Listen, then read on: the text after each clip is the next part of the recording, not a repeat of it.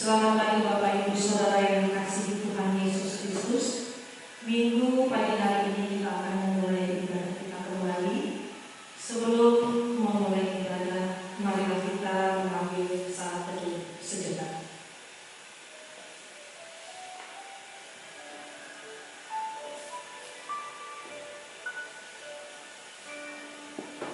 Kita awali ibadah kita pagi hari ini dengan menyanyikan pelengkap Hidup Jemaat nomor 19. Kita nyanyikan bait pertama dan ketiga.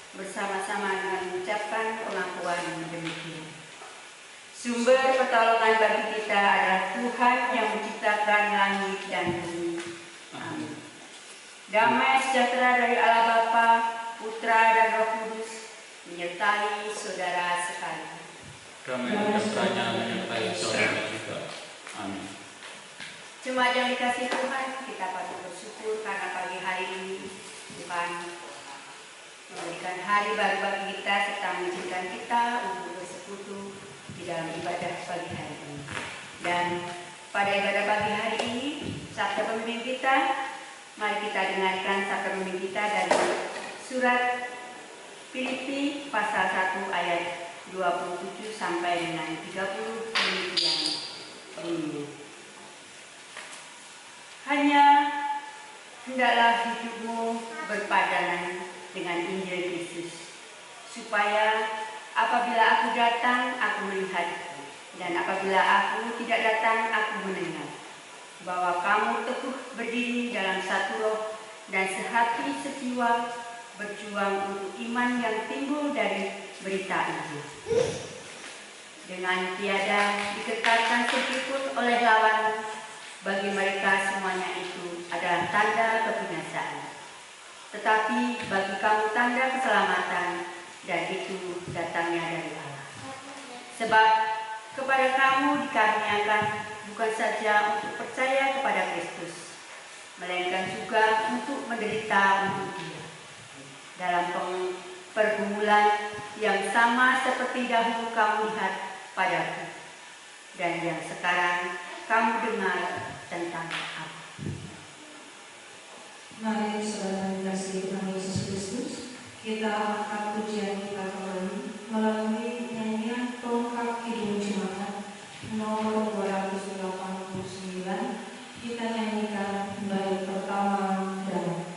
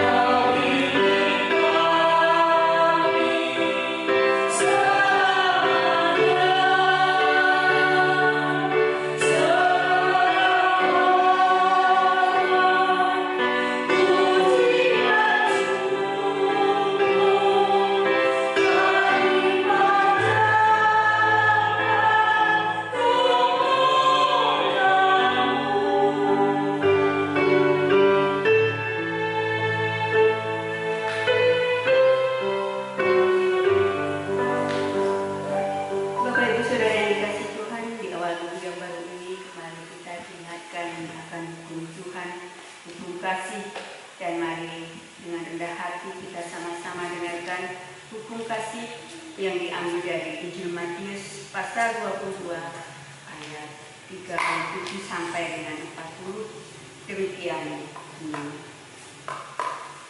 Jawab Yesus kepadanya, "Kasihlah Tuhan Allahmu dengan segenap hatimu dan dengan segenap jiwamu dan dengan segenap akal budimu." Itulah hukum yang terutama dan yang pertama. Dan hukum yang kedua yang sama dengan itu ialah, "Kasihilah sesama manusia seperti dirimu sendiri." Pada kedua hukum inilah tergantung seluruh hukum Taurat dan kitab para nabi. Setiap kali kita mendengarkan hukum kasih, kita selalu tidak mampu melakukannya. Untuk itu, mari kita menyesali dosa-dosa kita serta memohon pengampunan. Penyesalan dan permohonan ampun itu kita nyanyikan melalui nyanyian Kidung Jemaat nomor 29. Kita nyanyikan bait pertama sampai ketiga.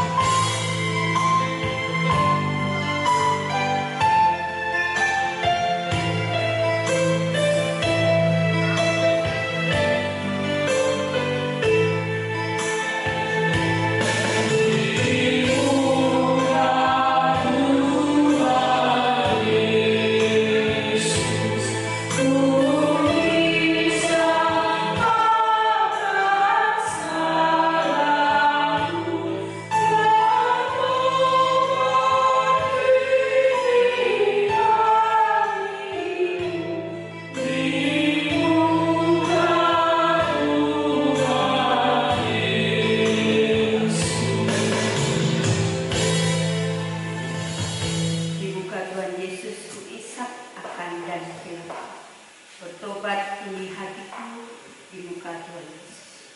Barang siapa yang sungguh-sungguh merendahkan hati, memohon pengampunan pada Tuhan, Tuhan pasti memberikan pengampunan. Dan berita anugerah kita pagi hari ini diambil dari Injil Yohanes pasal 3 ayat 16, demikian bunyinya.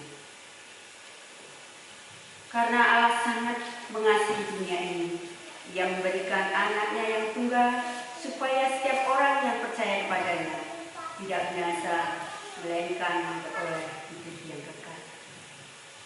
Bapak Ibu Saudara yang dikasihi Tuhan, setiap kali kita memohon pengampunan, Tuhan memberikan pengampunan. Tuhan juga menginginkan untuk kita hidup secara baik. Dan mari kita sama-sama dengarkan petunjuk hidup baru pagi hari ini, diambil dari surat 1 Yohanes pasal 1 ayat 8 sampai dengan 10. Demikian bunyinya.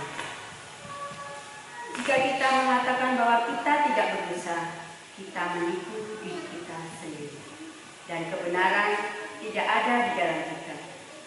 Jika kita mengaku dosa-dosa kita, Ia adalah setia dan adil untuk mengampuni dosa-dosa kita dan untuk membersihkan kita dari semua kejahatan. Jika kita mengatakan bahwa kita belum pernah berbuat dosa, kita membuat Dia menjadi penipu dan firman-Nya tidak ada di dalam kita. Demikianlah berita anugerah dan petunjuk hidup baru bagi ini. Lalu bagaimana tanggapan kita? Kita terima berita anugerah dan petunjuk hidup baru dari Tuhan untuk membantu kita agar bertumbuh di dalam Tuhan. Kita nyatakan itu melalui nyanyian Hidup Jemaat nomor 309. Kita nyanyikan bait pertama dan ketiga.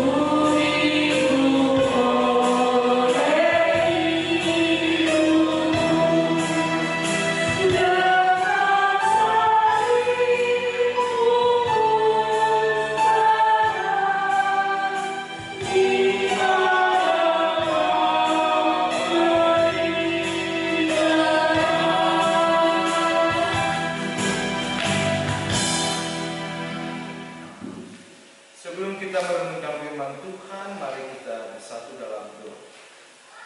Ya Bapa, segala tulisan yang telah Engkau ilhamkan itu jadikanlah bermanfaat untuk mengajar kami, menyatakan kesalahan kami, memperbaiki kelakuan kami, dan untuk mendidik kami dalam kebenaran Yesus Kristus.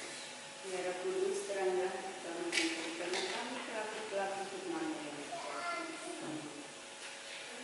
Firman Tuhan di Minggu 16 Agustus 2020, sebelum kita merayakan satu hari kemerdekaan, diambil dari surat 1 Yohanes 2. 1 Yohanes 2 ayat 1 sampai 6, demikian bunyi. Kristus pengantara kita. 1 Yohanes pasal 2 ayat 1 sampai 6, demikian tertulis. Anak-anakku, hal-hal ini kutuliskan kepadamu supaya kamu jangan berbuat dosa. Namun jika seorang berbuat dosa, kita mempunyai seorang pengantara pada Bapa, yaitu Yesus Kristus yang adil. Dan Ia adalah pendamaian untuk segala dosa kita, dan bukan untuk dosa kita saja, tetapi juga untuk dosa seluruh dunia. Dan inilah tandanya bahwa kita mengenal Allah, yaitu jikalau kita menuruti perintah-perintahnya. Barang siapa berkata, aku mengenal Dia, tetapi ia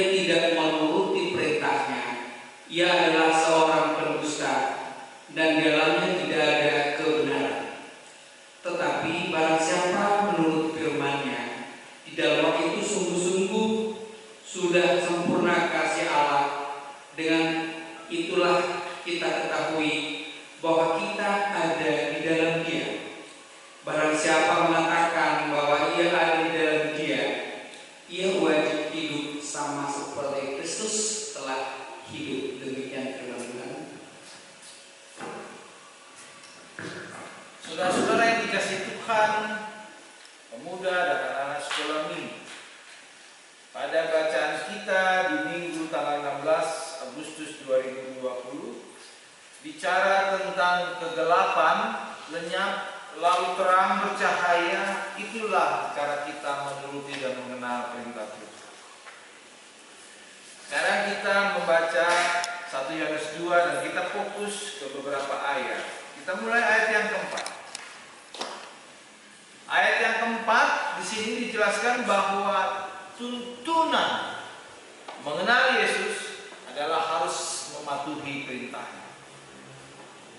Jika kita tidak menuruti perintahnya, maka kita adalah pendusta. Dalam bacaan tadi disebutkan, jika kita tidak mengenal Tuhan, kita adalah pendusta dan kebenaran tidak ada dalam diri kita. Apa motivasi ketika seseorang mengikut Yesus? Dan ketika mengikut Yesus itu kita tempatkan Yesus di mana? Motivasi orang mengikut Yesus, apakah karena memang ini mengalami berbagai mukjizat sehingga menguntungkan dirinya dan di situ kita mengikuti Yesus? Atau kita mau menuruti segala perintahnya? Jawaban itu berpulang kepada saudara-saudara.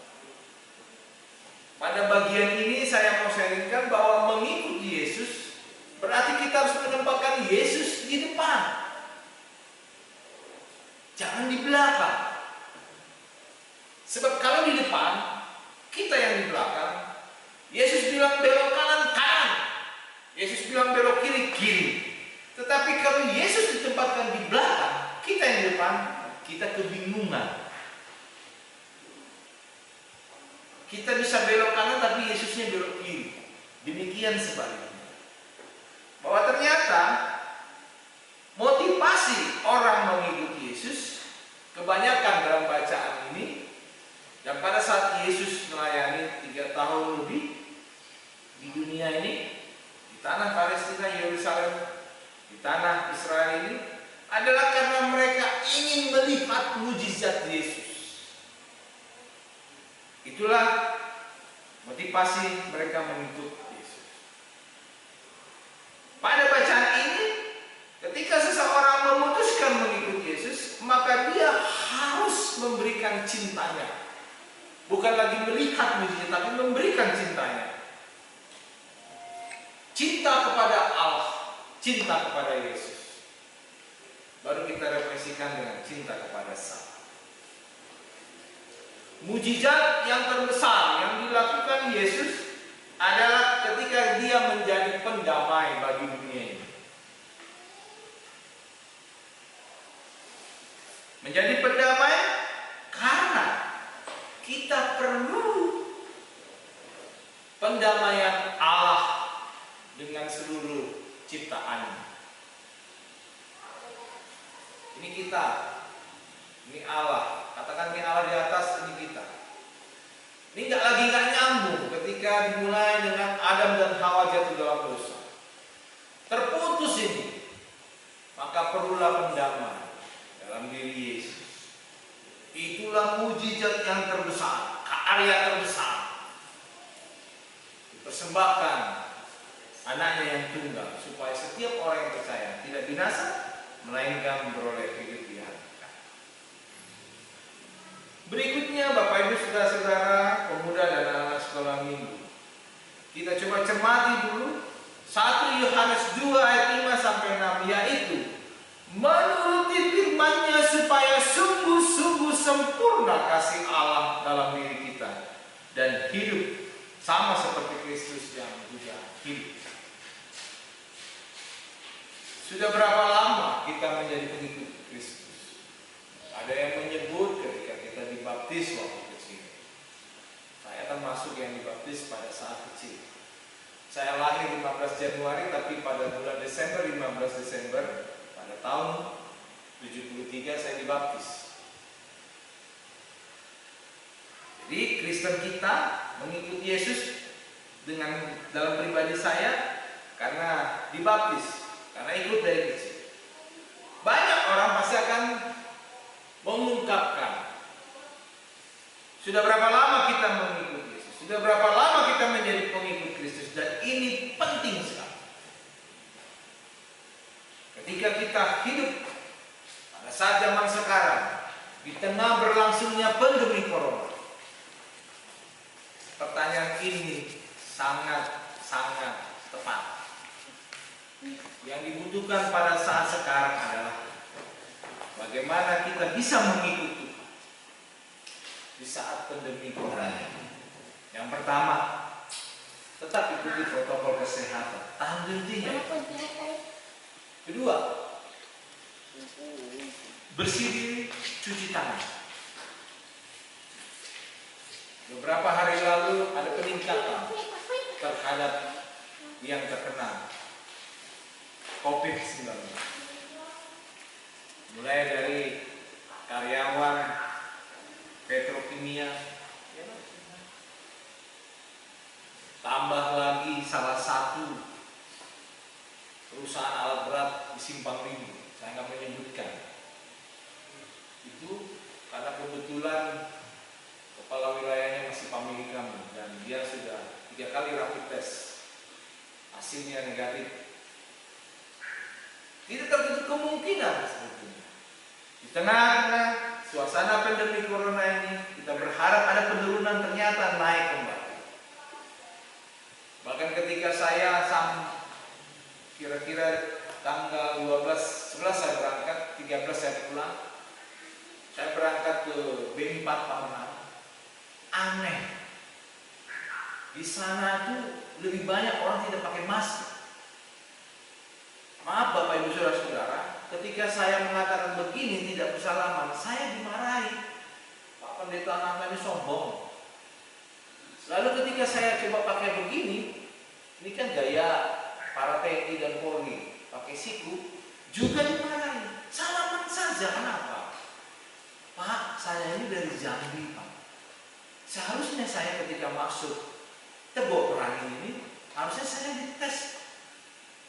Jambi ini, kota Jambi ini lagi tinggi. Itu salah satu contoh sebetulnya, cuplikan bahwa orang sangat meremehkan yang namanya masker. Padahal penularan itu bukan saja dari masker. Kalau kita pakai masker tapi kita tidak rajin cuci tangan, sama saja, ya toh? Kalau kita cuci tangan lalu kita pakai masker tapi kita jarang mandi, juga sama saja. Semua harus beriringan. Berikutnya, kita coba masuk ke ayat yang kelima. Ini yang paling penting. Orang Kristen menjadi pengikut Kristus harus memiliki kewajiban menuruti perintah-perintah Allah. Ayat 5 berkaitan dengan ayat 3. Jika tidak demikian, maka sama saja bahwa kita adalah seorang pendusta dan tidak ada kebenaran dalam kita. Ayat 4. Dan banyak orang Kristen sekarang bangga terhadap gerejanya karena itu baik, nggak ada masalah. Namun sekarang mereka jangan cuma datang ke gereja, go to church, tetapi mereka harus menjadi bergereja, to be the church. Ini dua istilah yang berbeda. Saya jelaskan.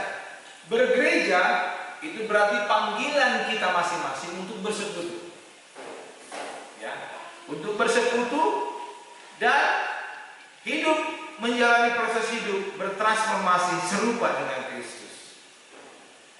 Siap dan mau berubah, bertumbuh menjadi warga gereja.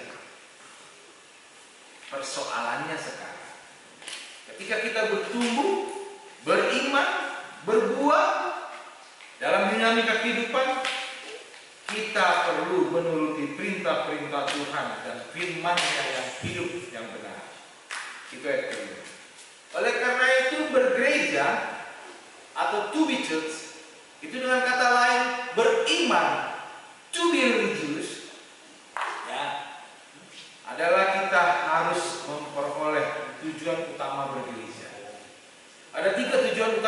bergereja. Yang pertama, kita kenali dulu Tuhan. Tuhan yang kita sembah itu siapa? Tuhan Yesus. Yang kedua, lalu kita selain mengenali, kita juga melayani Tuhan. Jadi selain kita mengenali, kita melayani Tuhan. Dan yang ketiga, kita mengasihi. 3M. Melayani Tuhan, mengenal Tuhan, mengasihi Tuhan. Mau mana yang duluan sama saja. Jadi tanpa 3 ini, tanpa kita mengenal Tuhan, tanpa kita melayani Tuhan, dan terlebih lagi tanpa mengasihi Tuhan, kita gak bisa hidup menuruti firman Tuhan. Itulah pesan utama dari 1 Yohanes 2 ayat 1 sampai 6. Karena itu, ini menjadi semangat kita ketika kita besok nantinya di hari Minggu, hari Senin kita merayakan perayaan Hari Kemerdekaan. Itu juga karena pemberian anugerah Tuhan. Mari kita sama-sama kita merayakan dan memperingati kemerdekaan ini. Kita sama-sama membangun bangsa dan negara yang hidup bergereja, bernegara, yaitu pertama, kenali Tuhan, kasihi Tuhan, dan layani Tuhan. Sekali lagi, selamat hari Minggu. Tuhan Yesus memberkati kita semua. Mari kita satu berdoa. Bapa di surga, terima kasih ya Tuhan. Bila pada ibadah kami hari Minggu ini, baik yang berlangsung di rumah maupun juga di gereja, kami bersyukur ya Tuhan, karena firman Tuhan sangat banyak menolong untuk kehidupan kami. Terpujilah nama-Mu Tuhan, dan biarlah kami dilatih oleh pembelajaran surat 1 Yohanes 2 ini. Selain kami mengenal Tuhan, kami mengasihi Tuhan, kami juga mau melayani. Terpujilah nama Tuhan, demi kemuliaan nama Allah Bapa, baik di surga maupun di bumi. Kami bersyukur kepada. Amin.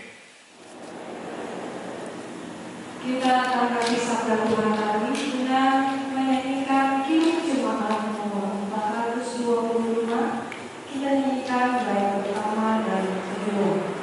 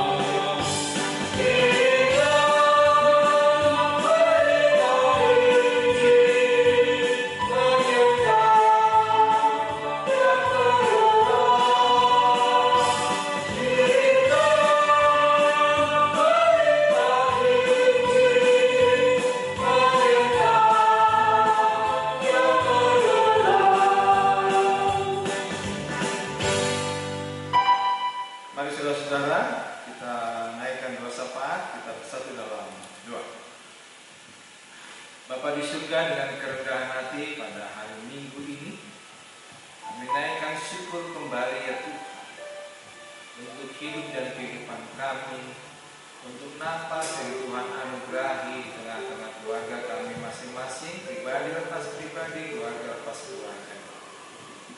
Hari ini kami terus juga menaikkan syukur kami, Tuhan yang melihara kehidupan kami, baik jemaat-Mu yang ada di Palmerah, kelompok-kelompok air maupun juga kelompok mendis, supaya kami masing-masing tetap dalam pemeliharaan Tuhan di dalam menjalani kehidupan ini, dalam melewati susah maupun senang.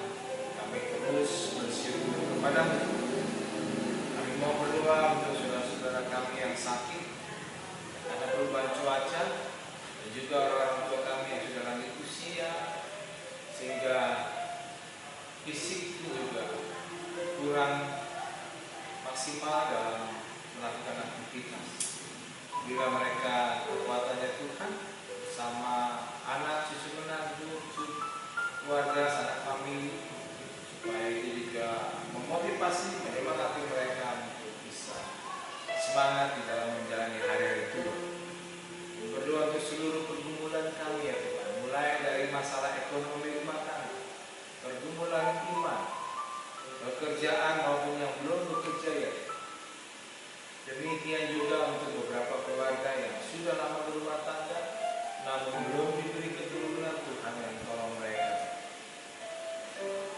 Tidak banyak hal yang mau kami utarakan Tuhan, selain kami memohon pimpinan dan tuntunan Tuhan, supaya kami bisa mengenal, bisa mengasihi Tuhan dan melayani Tuhan di tengah-tengah kehidupan kami, dalam pergumulan kami, karena kami tahu setiap pergumulan yang Tuhan berikan pasti ada solusi yang Tuhan sediakan buat kami. Untuk pendidikan anak-anak kami, dan bawa juga untuk mereka yang dalam tahap pendidikan mulai dari PAUD, SD, SMP, SMA sampai perguruan tinggi, maupun juga yang sudah menyelesaikan perguruan tinggi. Kami percaya anak kami masih terus kami bimbing dalam tahap pengasihan Tuhan, takut akan Tuhan sebagai awal mula mereka beroleh pengetahuan, dan pendidikan yang mereka raih nantinya menjadi modal dasar kebahagiaan mereka meraih cita-cita yang lebih baik lagi di masa. Kami berdoa untuk pemerintah dan bangsa kami. Terlebih lagi Tuhan, di hari Minggu ini adalah tanggal 16 Agustus, dan esok harinya kami akan memperingati bahwa kemerdekaan kami, selain perjuangan para bangsa-bangsa pendiri gereja dan juga pengorbanan yang luar biasa, materi, fisik, dan lain sebagainya, kami juga percaya ini juga karena anugerah. Biarlah ulang tahun bangsa dan negara kami yang ke-75 menjadi modal semangat kami sebagai anak Tuhan di tengah-tengah kehidupan berbangsa dan bernegara, masih terus berjuang menegakkan keadilan dan terlebih lagi agar supaya seluruh bangsa dan negara ini beroleh kasih setia Tuhan, bisa melewati pandemi corona ini Tuhan. Kami masih percaya Tuhan pasti pada waktu akan menuntaskan pandemi corona yang terjadi di tengah-tengah dunia maupun juga bangsa dan negara. Bapa di surga, bagi jemaat kami sepekan mendatang berulang tahun kehidupan maupun ulang tahun pernikahan, berkatilah mereka masing-masingnya. Kami percaya bahwa Tuhan menolong mereka, dan terlebih lagi ketika bertambah usia mereka terus menaikkan syukur kepada-Mu. Bapa di surga, masih banyak hal yang belum dapat kami sampaikan satu persatu dalam rangkaian doa-doa. Sempurnakan ya Bapa, hanya di dalam nama Anak Tuhan Yesus Kristus Juru Selamat kami telah berdoa dan memohon kepada-Mu. Amin. Mari kita memberikan persembahan syukur kita. Nas persembahan diambil dari kitab Maleakhi 3 ayat 10, demikian bunyinya: bawalah seluruh persembahan perpuluhan itu ke dalam rumah perbendahara, supaya ada persediaan makanan di rumahku, dan pujilah aku firman Tuhan semesta alam. Apakah aku tidak membukakan bagimu tingkap-tingkap langit dan mencurahkan berkat kepadamu sampai berkelimpahan? Kita berdoa bersama kita sambil menyanyikan pelengkap Kidung Jemaat nomor 147 bait pertama dan ketiga.